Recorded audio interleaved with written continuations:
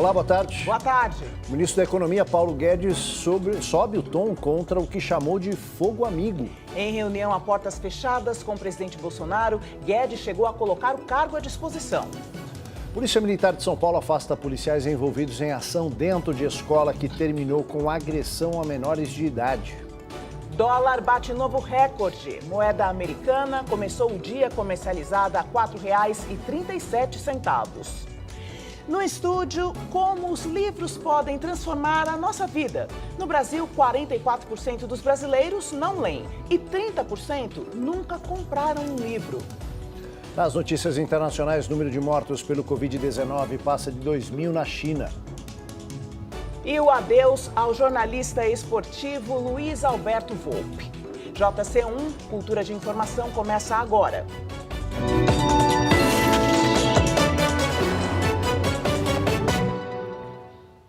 Policiais militares que agrediram estudantes dentro de uma escola estadual em São Paulo foram afastados. Um inquérito policial militar vai investigar o caso.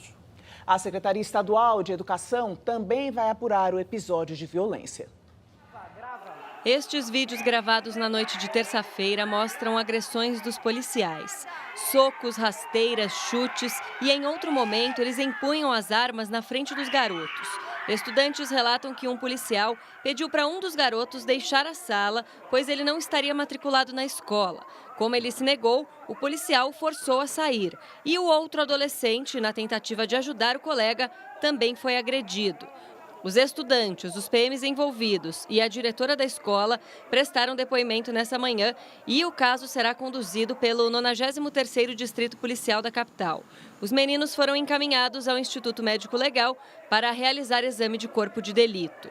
Em nota, a Polícia Militar informa que os policiais que aparecem nas imagens foram identificados e serão afastados da atividade operacional até o término das investigações. A Secretaria da Educação do Estado de São Paulo diz que vai apurar o episódio ocorrido na Escola Estadual Professor Emídio de Barros. Ao longo da manhã, muitos alunos deixaram a escola e os que ficaram participaram de rodas de conversa. O supervisor de ensino da região contou que os funcionários trabalhavam para retomar as aulas dos 1.400 estudantes matriculados. Este pai de um aluno veio atrás de informações sobre o incidente ocorrido ontem. Eu fico muito preocupado porque meu filho ele fica sob a guarda da escola. E eu quero ter a certeza de que tudo vai correr bem aqui dentro. Para o consultor de Segurança Pública José Vicente, a conduta dos policiais neste caso não corresponde ao modo de ação da corporação. A conduta dos policiais agredindo jovens está completamente fora dos padrões que a Polícia Militar vem manifestando no atendimento de cerca de 30 milhões de pessoas dentro do Estado ao longo de todo o ano. Nesses casos, são tomadas duas medidas imediatas. Uma medida disciplinar, pode ser o afastamento dos policiais, e uma apuração através de um conselho para verificar o aspecto disciplinar. Eu acredito que, dada aí a ampla defesa aos policiais envolvidos, que eles possam, é bem provável, que eles sejam expulsos da instituição. Uma outra medida feita paralelamente é a instalação do inquérito policial militar, porque há evidência de cometimento de crimes, no caso, agressão a pessoas. O presidente do Conselho Estadual dos Direitos Humanos teme que os jovens sejam culpabilizados e, por isso, diz que o órgão acompanhará as apurações. O CONDEP vai acionar os órgãos estaduais, por exemplo, a Ouvidoria da Polícia, o Ministério Público e a Corregedoria da Polícia. No nosso entendimento, há abuso de autoridade pelos policiais, há lesão corporal, que são atos graves para os agentes de segurança que devem assegurar a integridade dos cidadãos. A Justiça do Trabalho de Curitiba suspendeu as demissões na fábrica de fertilizantes nitrogenados do Paraná, que será fechada pela Petrobras. Os cortes foram o estopim da greve dos petroleiros, que hoje entrou no 19º dia. Segundo a desembargadora Rosali Batista, a decisão de suspender as demissões foi tomada por causa do impasse entre as partes na audiência de conciliação. Ainda de acordo com ela, cortes em massa precisam ser negociados com o sindicato. A decisão vale até o dia 6 de março, quando deve ocorrer nova tentativa de entendimento. A decisão foi considerada uma vitória dos grevistas. Hoje, as direções sindicais se reúnem no Conselho Deliberativo da Federação Única dos Petroleiros, no Rio de Janeiro, para avaliar os próximos passos da greve. Ontem, o ministro Ives Gandra Martins Filho declarou a greve como abusiva e ilegal, mas os petroleiros decidiram continuar a paralisação. A Justiça da Bahia autorizou nova perícia no corpo do ex-capitão da Polícia Militar do Rio de Janeiro, Adriano da Nóbrega. A decisão atende a um pedido do Ministério Público baiano e familiares do ex-policial. A nova perícia deverá ser realizada no Rio de Janeiro e o laudo apresentado em 15 dias. O juiz também pediu que a polícia disponibilize as gravações dos rádios usados pelos agentes. Adriano foi morto há 10 dias num confronto com a polícia baiana. Ele é apontado como chefe do escritório do crime. Milícia suspeita na morte da vereadora Marielle Franco e do motorista dela, Anderson Gomes, em 2018. Adriano também está ligado ao senador Flávio Bolsonaro e foi citado na investigação da rachadinha, quando o filho do presidente era deputado estadual. A mulher e a mãe de Adriano trabalharam no escritório de Flávio na Alerj.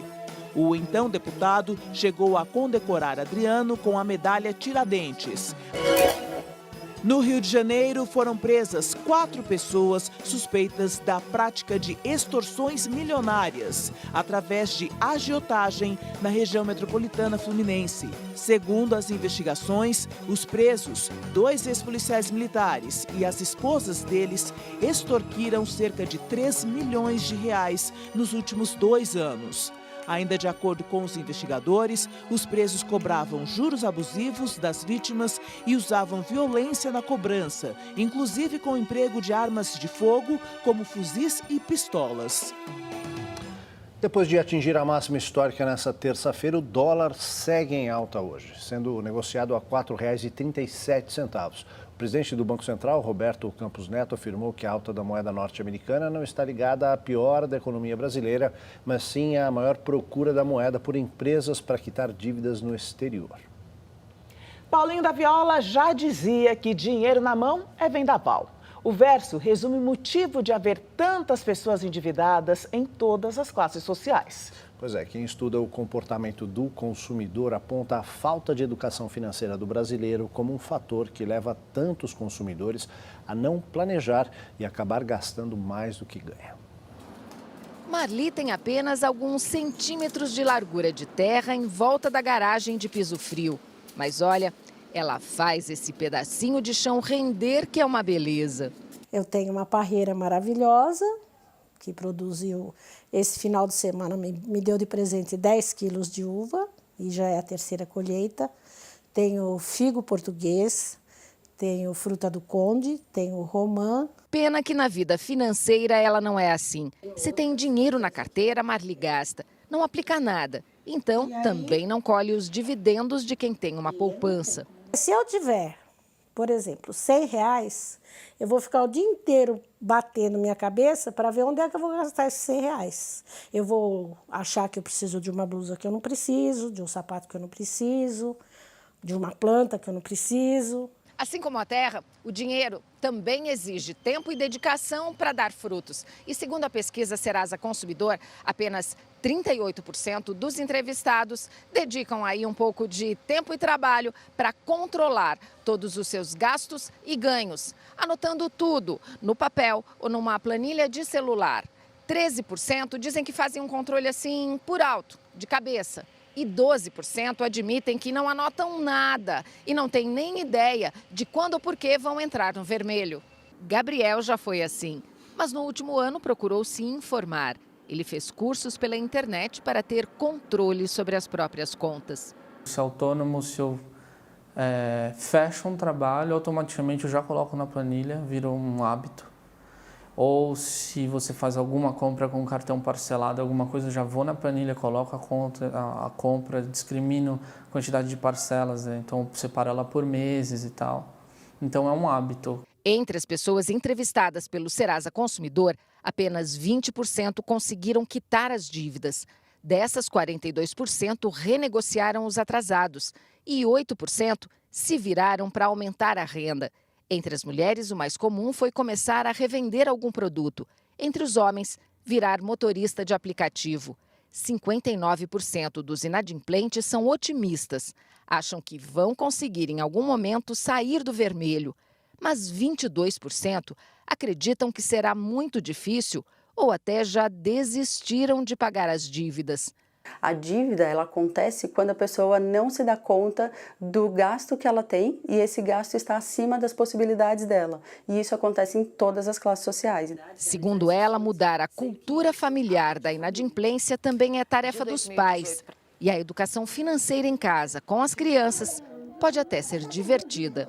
Tem muitas formas interessantes de mostrar para as crianças, talvez até como uma gincana dentro de casa. Então, mostrar que a cada vez que a criança sai do quarto e desliga a luz ou desliga a televisão que não está assistindo, ela ganha uma estrelinha e com isso você coloca metas para ela. Olha, se a gente economizar na conta de luz e atingir, sei lá, R$100 na conta de luz esse mês, no fim de semana a gente passeia. Ou a gente faz alguma coisa, ou compra um brinquedo, alguma coisa que obviamente não seja o valor da economia inteira, mas que estimule a criança a entender que quando ela pensa no grupo, no sonho da família como um todo, ela consegue ter uma ajuda, ela consegue participar. Reforma da Previdência em São Paulo. Os deputados estaduais aprovaram nesta terça-feira as mudanças propostas pelo governo do estado para a aposentadoria dos servidores públicos. O placar foi de 57 a 31. Entre as principais mudanças propostas está a idade mínima para aposentadoria voluntária de 62 anos para mulheres e de 65 para os homens. Já o tempo mínimo de contribuição passa de 35 para 25 anos de recolhimento. Também está sendo proposta a elevação da alíquota da contribuição previdenciária de 11% para 14%. Com a medida, o governo espera uma economia aos cofres públicos de 32 bilhões de reais em 10 anos. Por ser uma mudança na Constituição Estadual, o projeto ainda tem de passar por uma segunda votação. Os médicos responsáveis pelo tratamento do prefeito de São Paulo, Bruno Covas, que luta contra o câncer, dão neste momento uma entrevista coletiva sobre mais uma fase no tratamento. Daqui a pouquinho a gente traz as informações, porque o repórter Eduardo Campos acompanha isso e já vai trazer para a gente essas informações. A Fundação Padre Anchieta, Rádio TV Cultura, aliás, eu vou chamar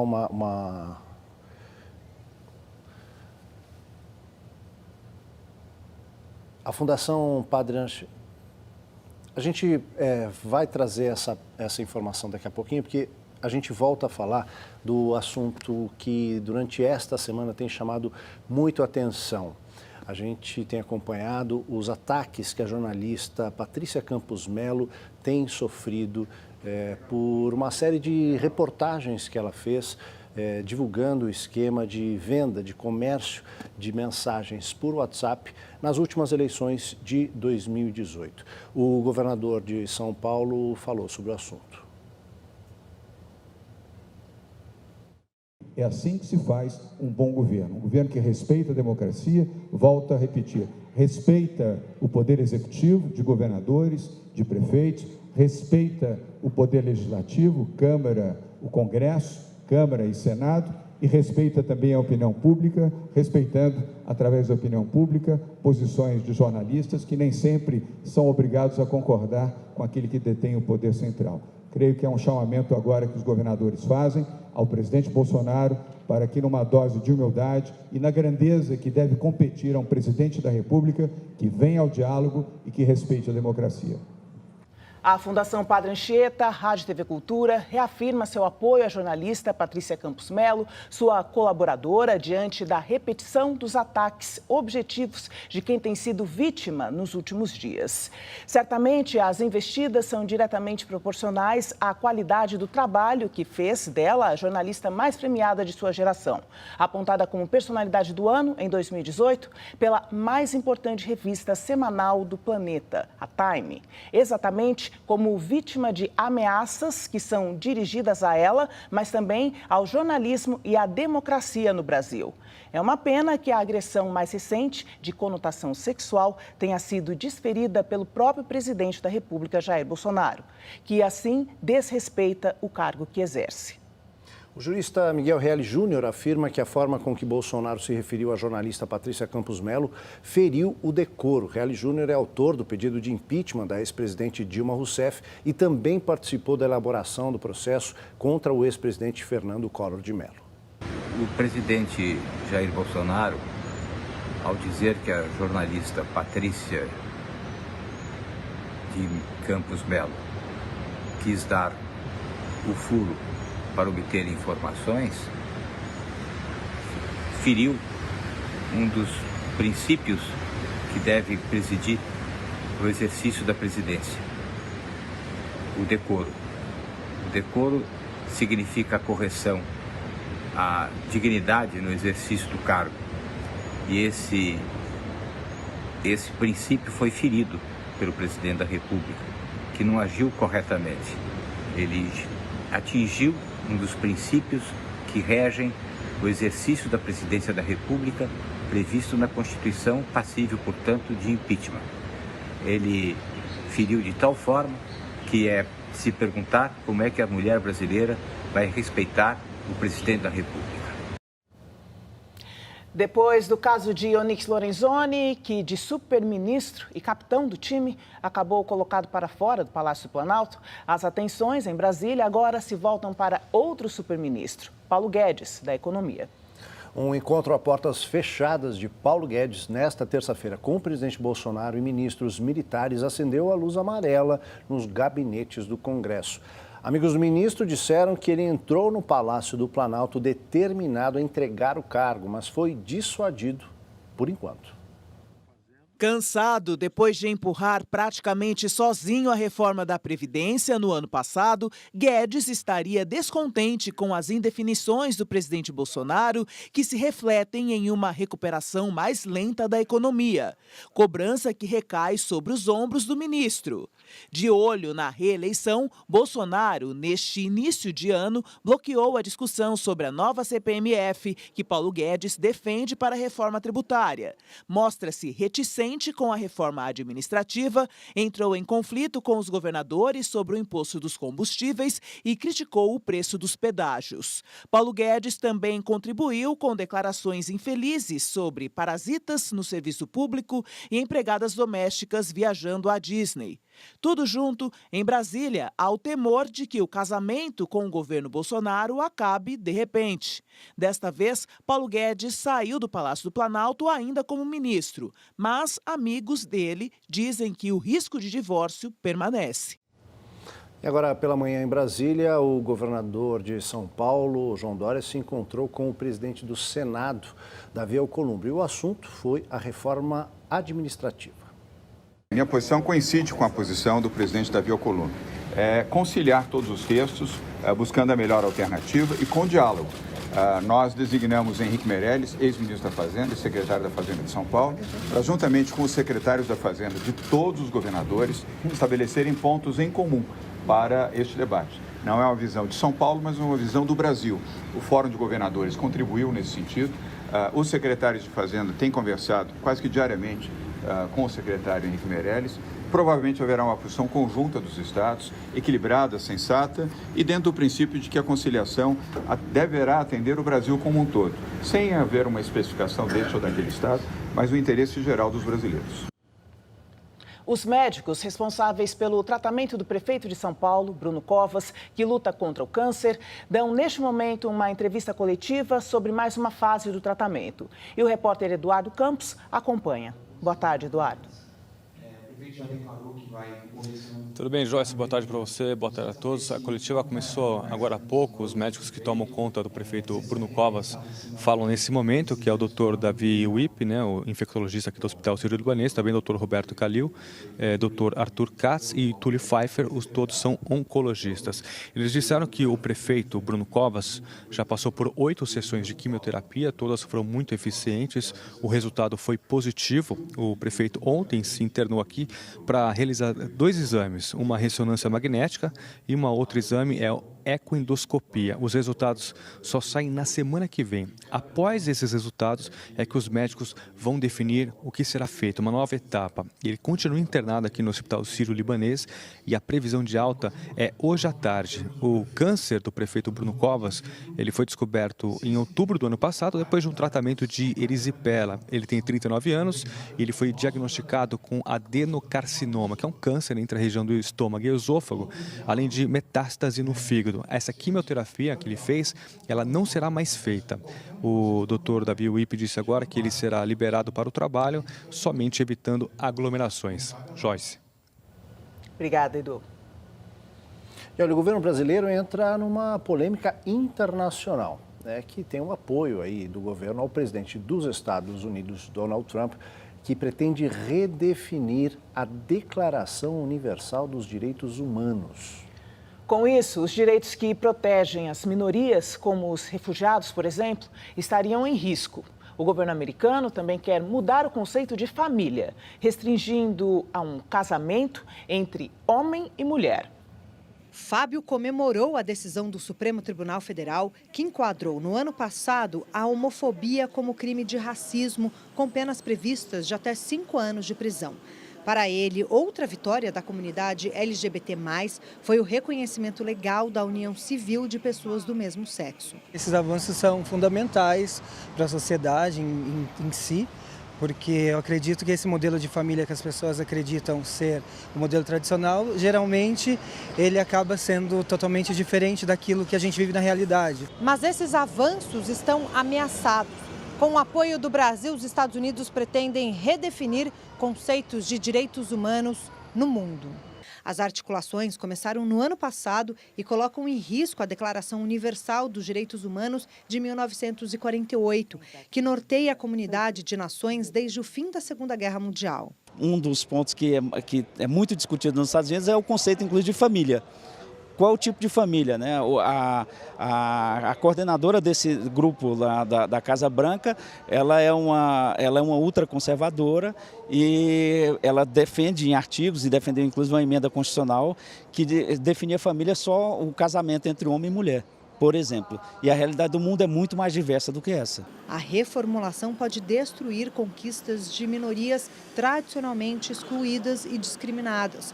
Podem ser afetados os direitos à liberdade sexual, reprodutiva, religiosa e de gênero. Vale lembrar que avanços na legislação não garantem proteção aos direitos. O feminicídio, assassinato de uma mulher só pelo fato dela ser mulher, é um exemplo. Mesmo com a lei que tipifica o crime em hediondo, o Brasil ainda é o 5º país no mundo que mais mata mulheres. Na semana que vem, a ministra da Mulher, da Família e dos Direitos Humanos, Damares Alves, fará um pronunciamento na abertura da reunião do Conselho de Direitos Humanos da ONU, onde o Brasil tem cadeira pelos próximos 2 anos. Mesmo fora do Conselho, desde 2018, por não aceitar a defesa de palestinos contra ações israelenses, os Estados Unidos pretendem usar o apoio do governo brasileiro para influenciar o órgão. Para Flávia Piovesan, da Comissão Interamericana de Direitos Humanos, o Brasil não pode perder o multilateralismo. O que nós vemos também com grande preocupação é o incremento de um discurso ultranacionalista, populista autoritário, unilateralista. E hoje, cada vez mais, os problemas são globais, demandam respostas globais, demandam cooperação internacional. Então, é fundamental ter esta ótica. Jamais vi um momento em que fosse tão crucial a defesa dos direitos, das liberdades, da democracia, do Estado de Direito e do multilateralismo. Daqui a pouco no JC1, adeus ao jornalista esportivo Luiz Alberto Volpi. E os números do coronavírus na China? Autoridades confirmam mais de 2.000 mortes e 74.000 contaminações pelo Covid-19. A gente volta já.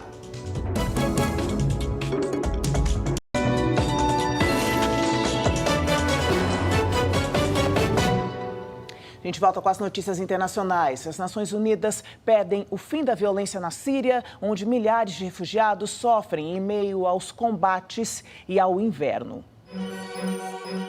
Um ataque de aviões russos em Turmanin, ao noroeste da Síria, deixou 3 mortos nesta terça-feira. E no dia anterior, outro bombardeio de forças russas contra campos de refugiados e hospitais na região de Idlib deixou cerca de 300 mortos, a maioria deles civis.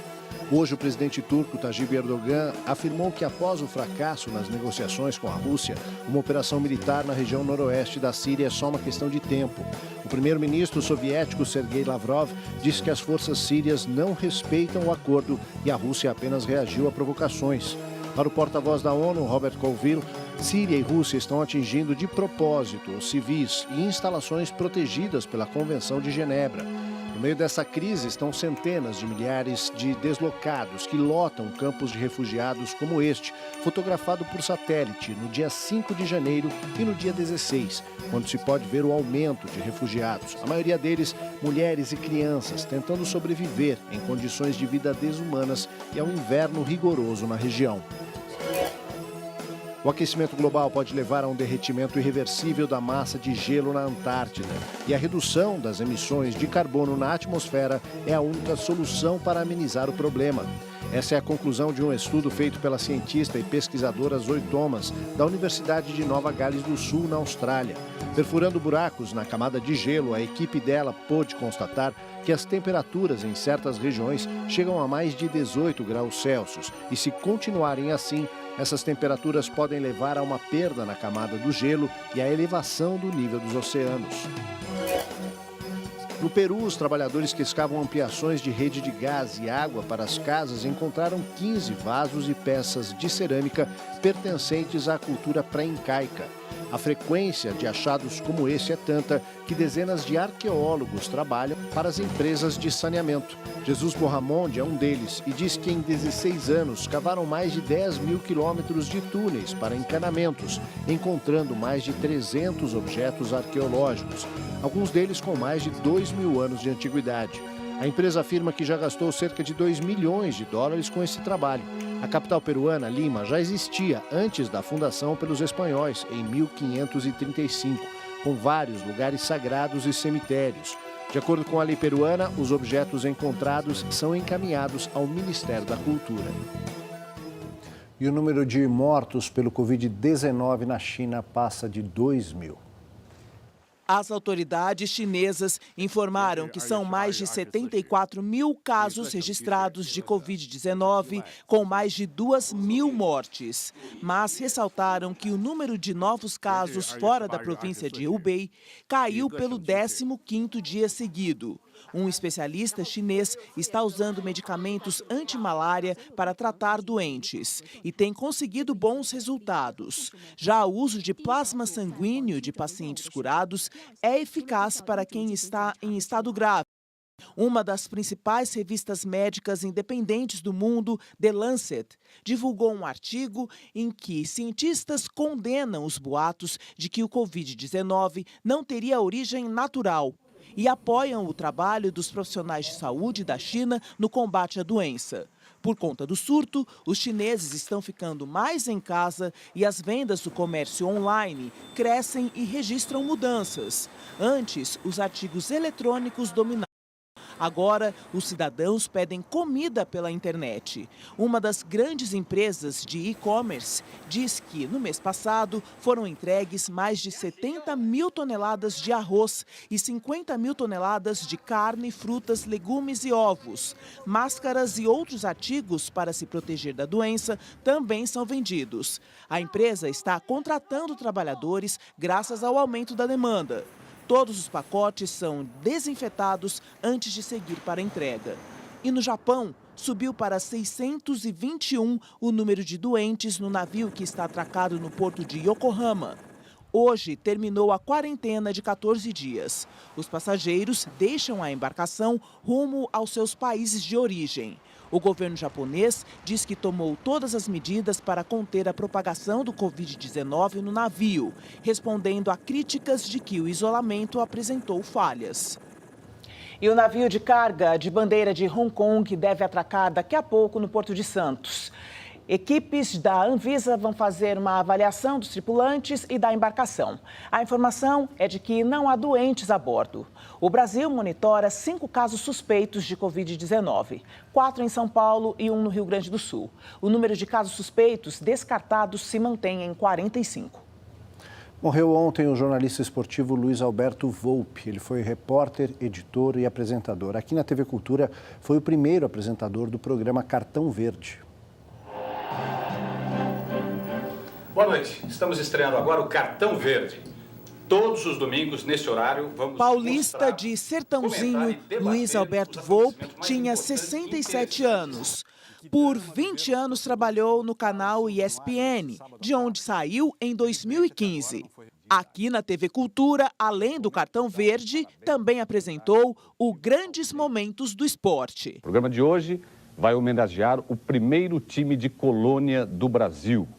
Uma história de glórias, muitas glórias. Um grande locutor de documentários esportivos que o Brasil já viu, e cada segundo com ele é um aprendizado imenso. Um cara generoso, talentoso e inesquecível. Nos deixa, e todos nós estamos muito entristecidos, estamos muito tristes mesmo.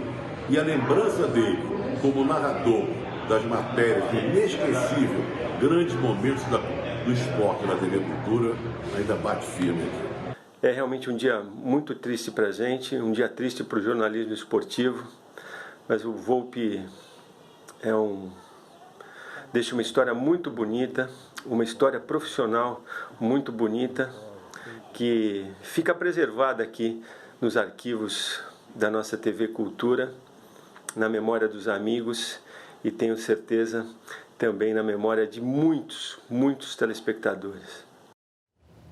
E depois do intervalo, o poder transformador da leitura em nossas vidas. E como desenvolver o hábito de buscar nos livros o aprendizado e a informação, mas também a diversão, descanso e a criatividade. A gente volta já já.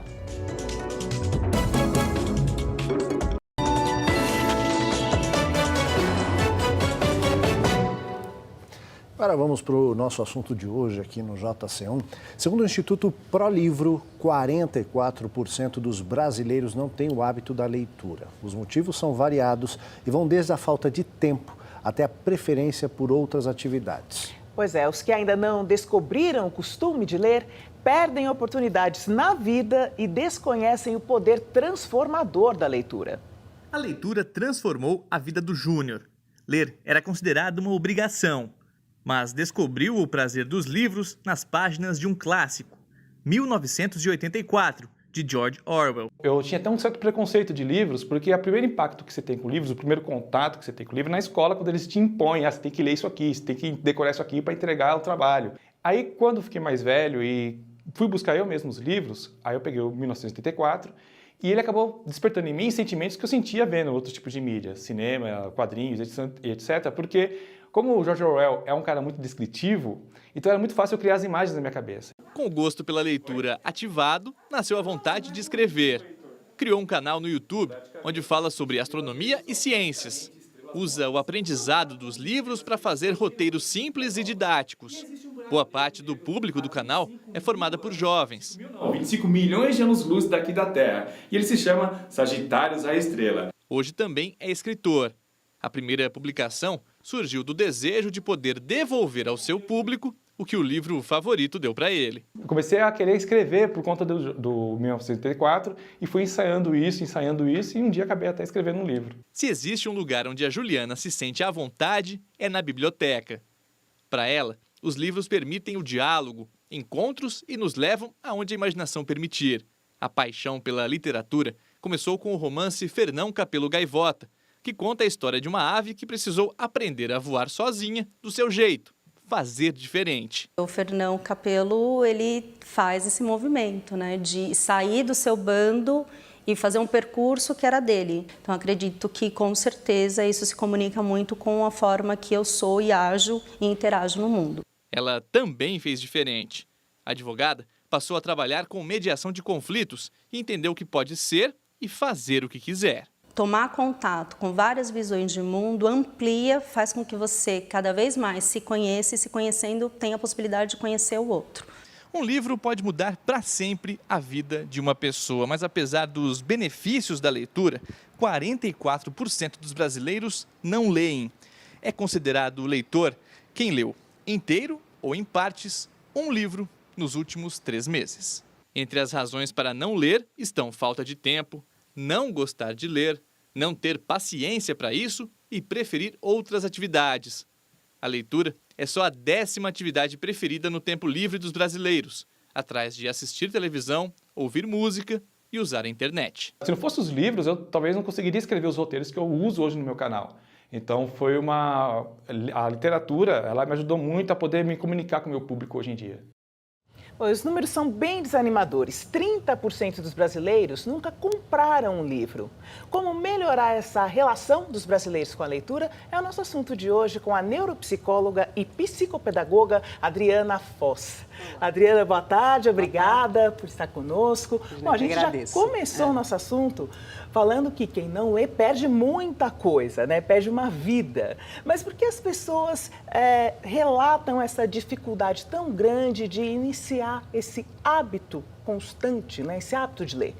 Perfeito, ainda mais hoje em dia, né? Com a questão da internet, do digital, da velocidade, da rapidez, parece que todas as questões que envolvem a leitura estão ficando ainda mais de lado, né? E é realmente uma pena, porque a leitura, ela é mais do que um exercício de prazer.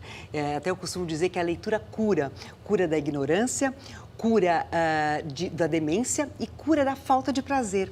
Cura, quando eu brinco e coloco da ignorância, é porque quando o exercício de ler, né, e essa leitura, não é eu leio uma frase, eu leio, né? O exercício da leitura, ele amplia a nossa visão de mundo, ele permite com que a gente experimente informações diversas, opiniões diversas, conceitos, né? E isso vai ampliando a nossa forma de entender o mundo. E quanto mais você tiver essas condições, mais autônomo você é, mais forte você é, mais você é você.